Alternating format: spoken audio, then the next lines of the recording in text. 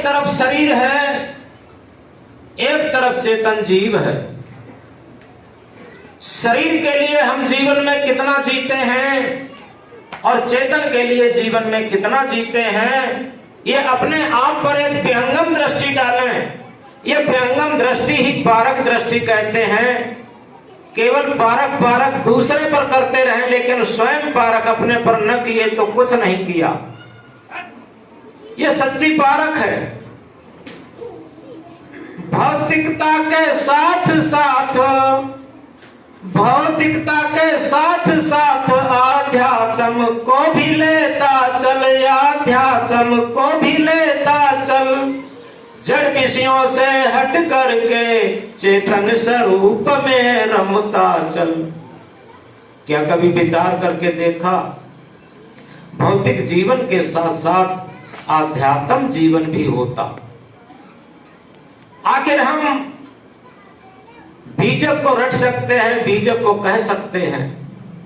आखिर हम रामायण को रट सकते हैं, रामायण को कह सकते हैं। वेदों को रट सकते हैं, वेदों को कह सकते हैं। उपनिषदों को रट सकते हैं, उपनिषदों को कह सकते हैं। जितने भी धर्म ग्रंथ हैं, ये सब पाक शास्त्र है।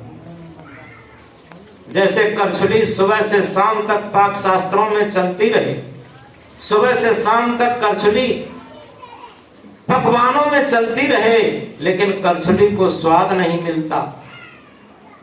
इसी तरीके से हमारी बुद्धि करछुली के तरीके से अगर पाक शास्त्रों में ही चलती रही तो निश्चित है जो आध्यात्मिक पथ है, आध्यात्मिक क्षेत्र है, आध्यात्मिक जीवन है, उससे हम दूर हटते चले जाएंगे।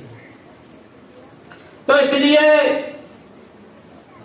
अगर सही तरीके से समझा जाए तो केवल हम जीवन शास्त्र को अगर पढ़ लें तो हमारा सब पढ़ा हुआ हो जाएगा, कुछ भी शेष नहीं रहेगा। तो हम एक छोटी सी बात से समझेंगे, क्योंकि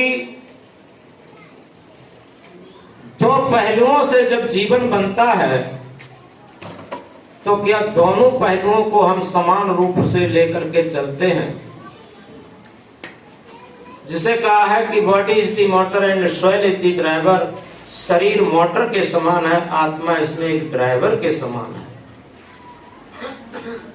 बाहर की मोटर को अच्छी तरीके से हम जानते हैं कि डीजल और पेट्रोल खुराक दी जाती है और ड्राइवर को रोटी डाल दी जाती है। ड्राइवर कितना भी एक्सपर्ट हो और गाड़ी की खुराक न मिले तब भी गाड़ी नहीं चलेगी, और गाड़ी की खुराक मिले और ड्राइवर की खुराक न मिले तब भी गाड़ी नहीं चलेगी।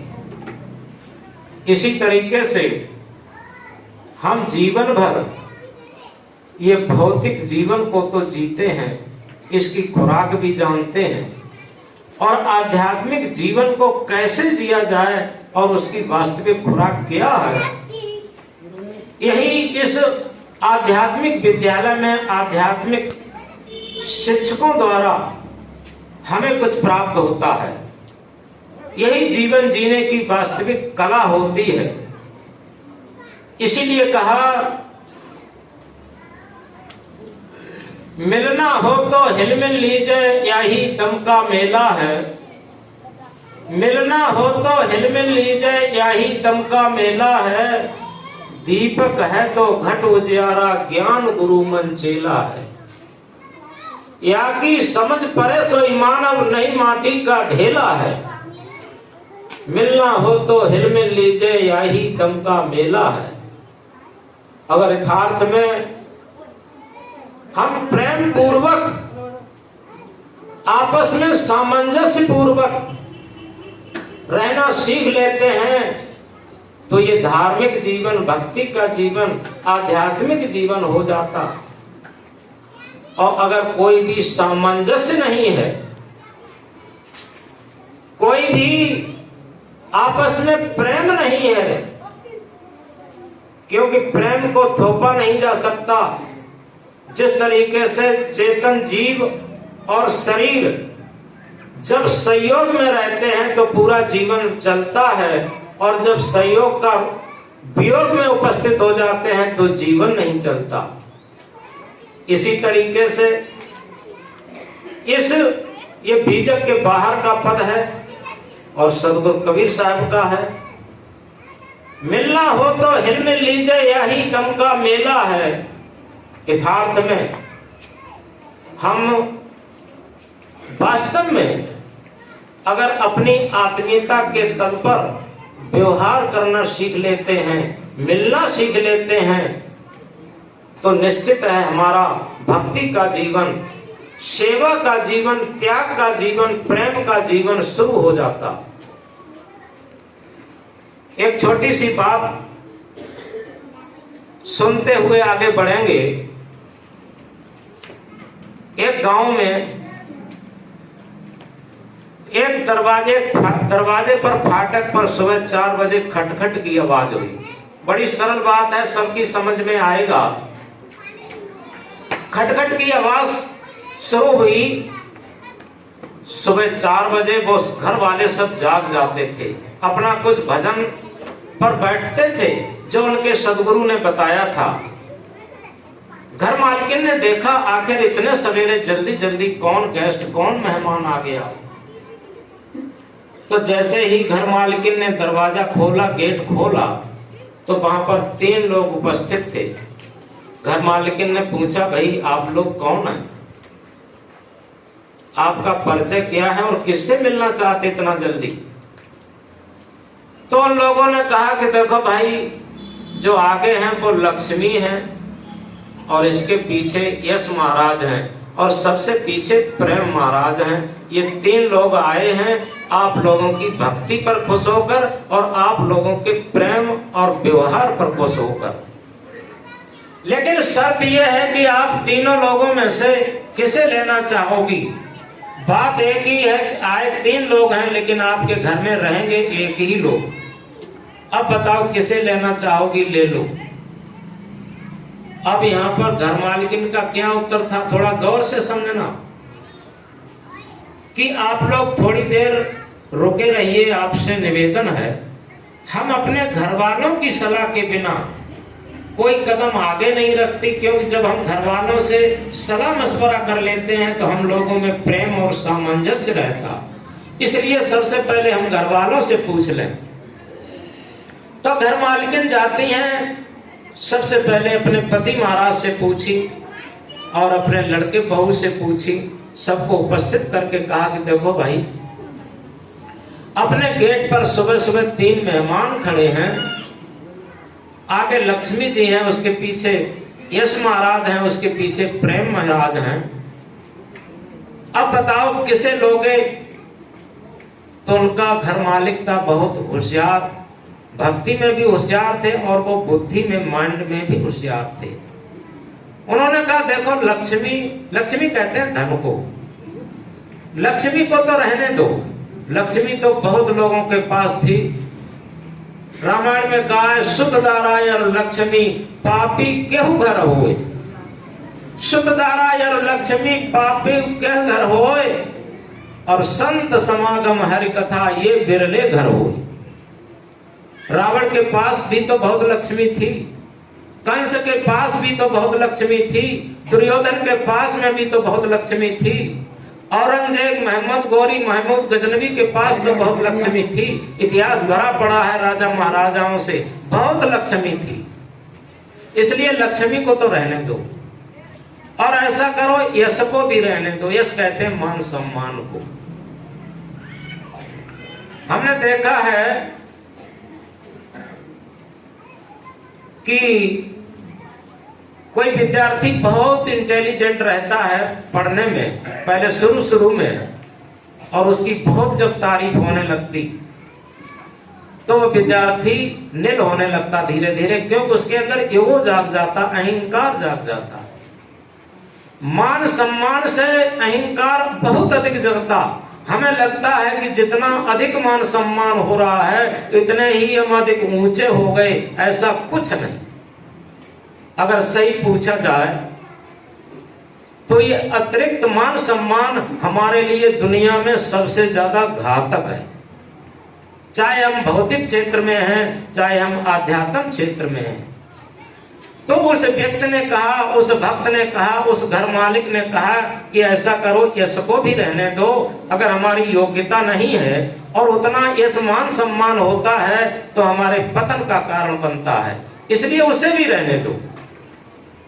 ऐसा करो, जाओ प्रेम को ले आओ, क्योंकि अपने घर में अगर प्रेम आ जाएगा तो हम लोग चटनी से रोटी खाएंगे लेकिन स्वर्ग महसूस होगा। संगठन से रहेंगे, प्रेम से रहेंगे। जाओ प्रेम को ले आओ। घर मालकिन जाती हैं और गेट पर पहुंची, उन्होंने हाथ जोड़ करके निवेदन किया कि भाई हम लोगों की सलाह हुई है पूरे परिवार की, और हमारे मालिक की सलाह हुई है, मालिक का निर्देशन हुआ है कि हमारे घर में प्रेम महाराज आ जाएं। तो उन्होंने कहा चलिए प्रेम आ रहे। घर मालिकिन आगे आगे पीछे पीछे प्रेम महाराज जा रहे हैं। आगे उन्होंने जाकर के एक कुर्सी डाली प्रेम के लिए और पीछे मुड़ के देखते हैं तो तीनों लोग उपस्थित हो गए। उन्होंने 2 कुर्सियां और बनाई और तुरंत उन्हें जलपान दिया। इसके बाद बड़ी सुंदर तरीके से भोजन खिलाया और इसके बाद हाथ जोड़ करके निवेदन किया, महाराज एक बात बताओ, अभी तो आप लोग कहते थे कि एक ही लोग आएंगे, अब तो आप तीनों लोग आ गए। तो उन्होंने क्या कहा? उन्होंने कहा भाई आप लोग भक्ति में तो होशियार हैं ही, और आप लोग बुद्धि में भी बहुत होशियार हैं। क्योंकि अगर भक्ति में हम होशियार हैं और बुद्धि में होशियार नहीं है तो कहीं हमारी भक्ति अंधविश्वास में भी जा सकती, अंध परंपराओं में भी जा सकती, अमानवता में भी जा सकती। तो इसलिए आप लोग बुद्धि में भी बहुत होशियार हैं, आपके अंदर सद्बुद्धि है।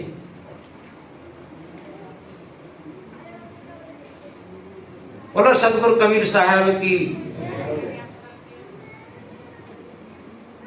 लोग बुद्धि में भी बहुत कुशल हैं, आप लोगों के अंदर सद्बुद्धि है। और यथार्थ में जहां सद्बुद्धि होती है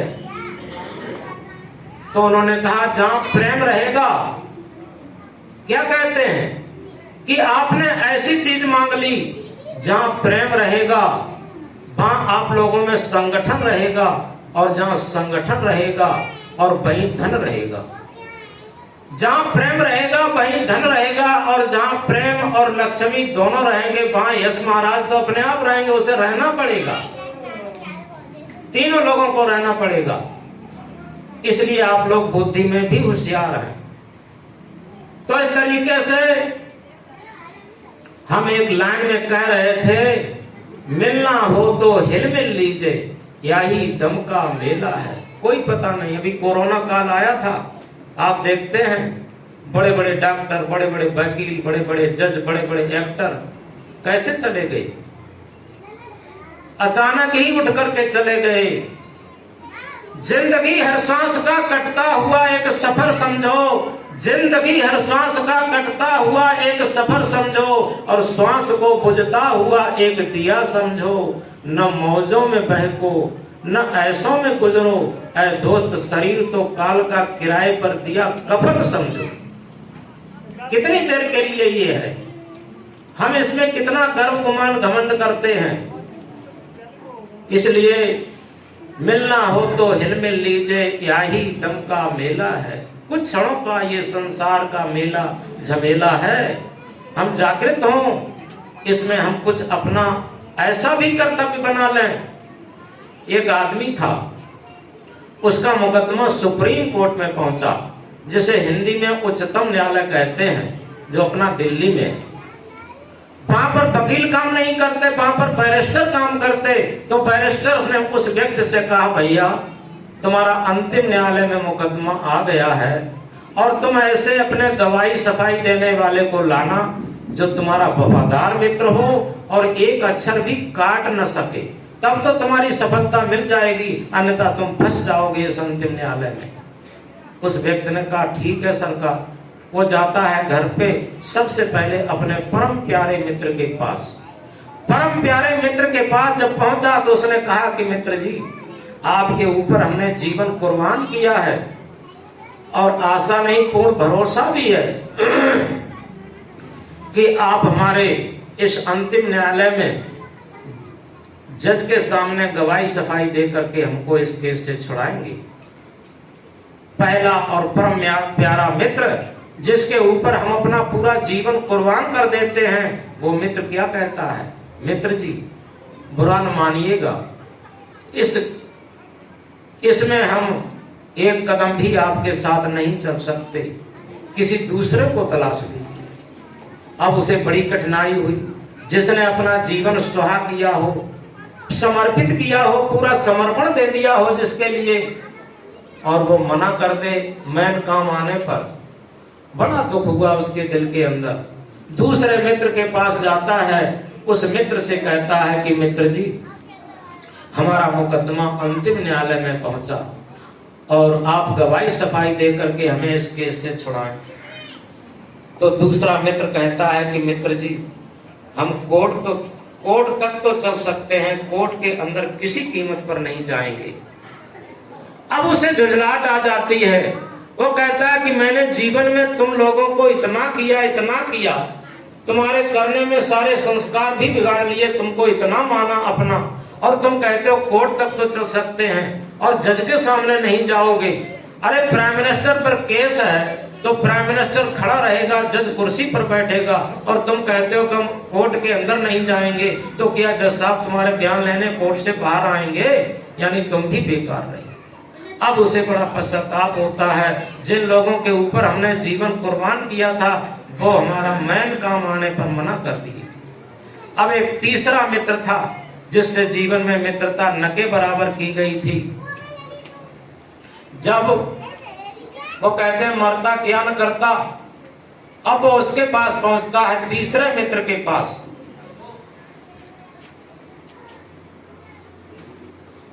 तीसरे मित्र के पास जब पहुंचता है तो तीसरे मित्र से निवेदन के साथ बात करता है, क्योंकि कर्तव्य रूपी वृक्ष पर अधिकार रूपी फल आते हैं। उसके प्रति कोई एहसान ज्यादा किया नहीं, उसके प्रति कोई कर्तव्य ऐसा ज्यादा किया नहीं, इसलिए वो निवेदन के साथ बात करता है कि मित्र जी, हाथ जोड़ करके आपसे एक निवेदन है, हमारा मुकदमा अंतिम न्यायालय में पहुंच चुका है, कृपा करके वहां गवाही सफाई दे करके हमें इस केस से छुड़ाएं। तो वो मित्र क्या कहता है? वो मित्र दानेदार था। एक बड़ी मोस्ट इंपॉर्टेंट कहावत है पुरानी कि दानेदार दुश्मन अच्छा होता है, नादान दोस्त अच्छा नहीं होता। क्योंकि दानेदार दुश्मन होगा कभी धोखा नहीं देगा, अगर लड़ाई भी लड़ेगा तो आमने सामने ललकार करके, और जो नादान मित्र होगा उसके आप 50 काम चला दो और 91वां काम ना चला पाए तो वो बदल जाएगा और ठीक धोखा दे देगा। ऐसा नादान मित्र होता है। तो इसलिए वो दानेदार था। उसने क्या कहा, मित्र जी आप कतई चिंता ना करें, आप हमसे पूरे जीवन लापरवाह रहे, फिर भी आपने जितना हमसे प्रेम किया है उसका एवज इस जन्म में छोड़ दीजिए, अगले जन्म तक चुकाने के लिए तैयार हूं और मैं भरसक प्रयत्न करूंगा आप इस केस से छूट जाएं। ये तो एक एग्जाम्पल, एक उदाहरण है। इसका वास्तविक सिद्धांत और सूत्र ये है, आदमी का जो सुप्रीम कोर्ट में मुकदमा पहुंचना है वो है मृत्यु की बेला, जो अंतिम समय की बात, अंतिम समय की बात ही अंतिम न्यायालय की बात बताई गई, उसे घटाया गया। अंतिम समय की बेला में आदमी कहां जाता है? सबसे पहले अपने परम प्यारे मित्र के पास। आदमी का परम प्यारा मित्र क्या है? धन। धन के पीछे आप देखते हैं पिता पुत्र में झगड़ा है, पति पत्नी में झगड़ा है, भाई भाई में झगड़ा है, गुरु चेला में झगड़ा है, पड़ोसी पड़ोसी में झगड़ा है, और धन के पीछे मिलावटबाजी, घूसखोरी, बेईमानी, राजनी, डाकाजनी, क्या क्या नहीं, अनाचार, अत्याचार, भ्रष्टाचार इस संसार में चल रहा है। सब धन के ही तो पीछे चल रहा। लेकिन वही परम प्यारा मित्र जिसको हमने अपना जीवन